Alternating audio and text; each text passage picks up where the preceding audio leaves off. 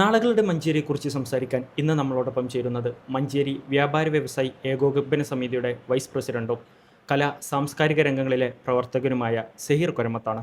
സഹീർക്ക, എന്താണ് നാളുകളുടെ മഞ്ചേരിയെക്കുറിച്ച് നിങ്ങൾ കാണുന്നൊരു സ്വപ്നം? മഞ്ചേരി ഒരു വ്യാപാര സ്ഥിരാകേന്ദ്രമാണ്. മഞ്ചേരി ചന്ത എന്ന ഉത്ഭവത്തിലൂടെയാണ് മഞ്ചേരി എന്ന നഗരം തന്നെ ഉണ്ടാകുന്നത്. വ്യാപാര സ്ഥിരാകേന്ദ്രമായതുകൊണ്ട് തന്നെ മഞ്ചേരിയിലെ വളർച്ച, വ്യാപാരപരമായ വളർച്ചയോടൊപ്പം തന്നെ വളർന്നു വരേണ്ട ഒന്നാണ് മഞ്ചേരിയുടെ സാംസ്കാരികത.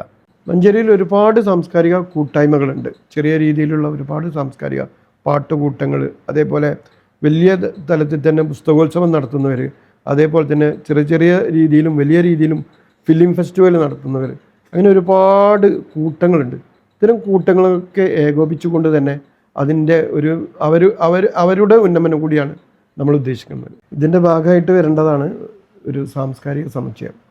സാംസ്കാരിക സമുച്ചയം എന്നുള്ളത് വളരെ വൈഡായിട്ട് വലുതായിട്ടാണ് നമ്മളെ ഒരു ഡ്രീം. ഇതിൽ നമ്മുടെ ഒരു ഓഡിറ്റോറിയം, അതേപോലെ തന്നെ ഒരു നാടക തട്ടകം, ചിത്രങ്ങൾ പ്രദർശിപ്പിക്കാനുള്ള ഒരു ആർട്ട് ഗാലറി, അതേപോലെ തന്നെ ലൈബ്രറി. നമ്മുടെയൊക്കെ ലൈബ്രറി വളരെ പഴക്കം ചെന്നൊരു ലൈബ്രറിയാണ് മഞ്ചേരിക്കുള്ളത്. അതിൻ്റെയൊക്കെ പാരമ്പര്യം ഉൾക്കൊണ്ട് തന്നെ വലിയൊരു ലൈബ്രറി, അതേപോലെ തന്നെ മ്യൂസീഷ്യൻസൊക്കെ വന്നിട്ട് പ്രാക്ടീസ് ചെയ്യാനുള്ള ഒരു ഇടം, അതേപോലെ തന്നെ ഇവിടെയുള്ള ചെറിയ ചെറിയ സിനിമാ പ്രവർത്തകർക്കൊക്കെ സിനിമ പ്രദർശിപ്പിക്കാനുള്ള ഒരു തിയേറ്റർ. ഇങ്ങനെ വലിയ ഒരു പ്രദേശമാണ് നമ്മൾ ഉദ്ദേശിക്കുന്നത്. ഇങ്ങനെ ഒരു പ്രദേശം വരികയും അവിടേക്ക് പല സംഗീതജ്ഞരും അല്ലെങ്കിൽ ഈ നാട്ടിലെ തന്നെ ഒരുപാട് പ്രതിഭകളും പങ്കെടുക്കുമ്പോൾ അത് പ്രത്യേകമായ ഒരു ടൂറിസം കേന്ദ്രമായി മാറാനുള്ള സാധ്യത വളരെ കൂടുതലാണ്.